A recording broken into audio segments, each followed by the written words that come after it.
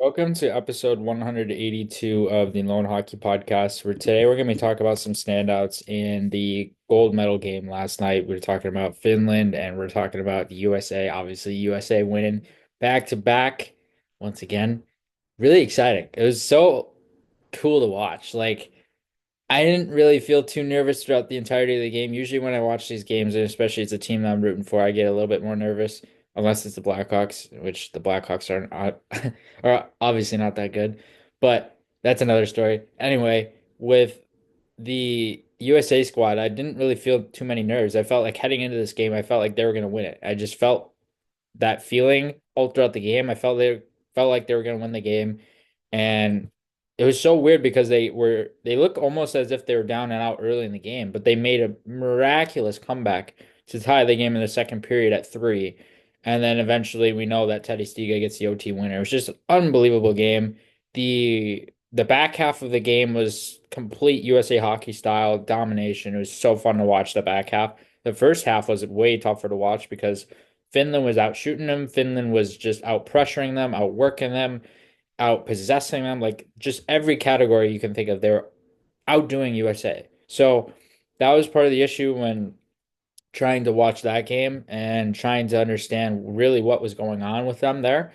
But then you dive deeper in it, and of course the Hagens, Perot, Leonard line buzzing once again. I told it yesterday. I was like, this line has to go once again. They have to be rolling once again in order to get better, in order to for them to actually win. And they did. And they were a really key part to this gold medal game. Then of course Trey Augustine. I believe the two major factors of this game, you had to well, you could argue three. I believe Z Buium had to get going and just had to be going all game long, essentially. You had to have Trey Augustine playing a really good game and playing really tight for you in net. And then you had to have that top line going. You had to have Hagens going, Perot going, and Leonard going, both together at 5-on-5 and sometimes on the power play. A little bit different on the power play, but usually more on the 5-on-5 side of things.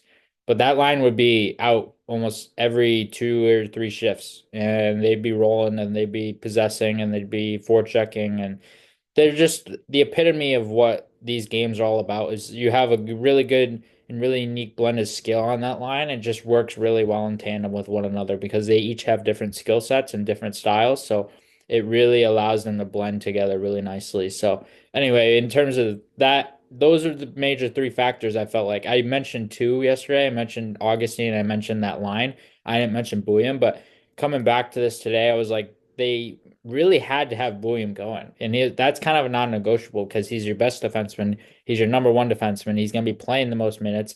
He's going to be playing the most offensive minutes and defensive minutes.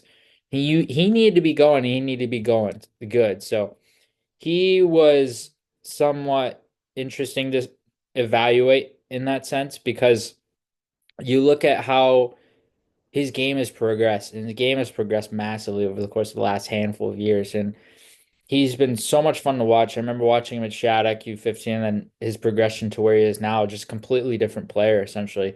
And he's transformed his body, he's transformed his physical play, he's transformed his strength, he's transformed his height, like every single facet possible. Like when I watched him relative to where he is now, which was U15 years, should be about 4 or 5-ish years ago, so much different of a player, and he's become so much better in the course of time. It's unbelievable.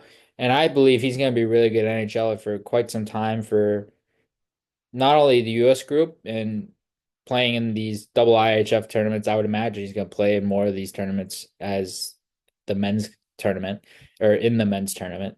And I would just imagine over the course of time, just the translatability in his game and how he plays is going to be such a major factor for Minnesota's top four. He's going to be so fun to watch there, and he's so unique to watch in general. He's just heavily involved all across the board offensively. You notice him defensively as well.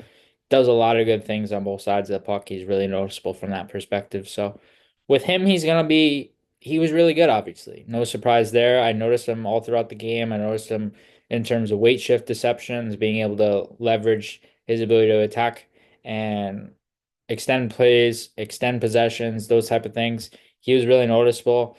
And USA, they had a lot of guys going. I mean, their whole forward group was essentially noticeable to some respect.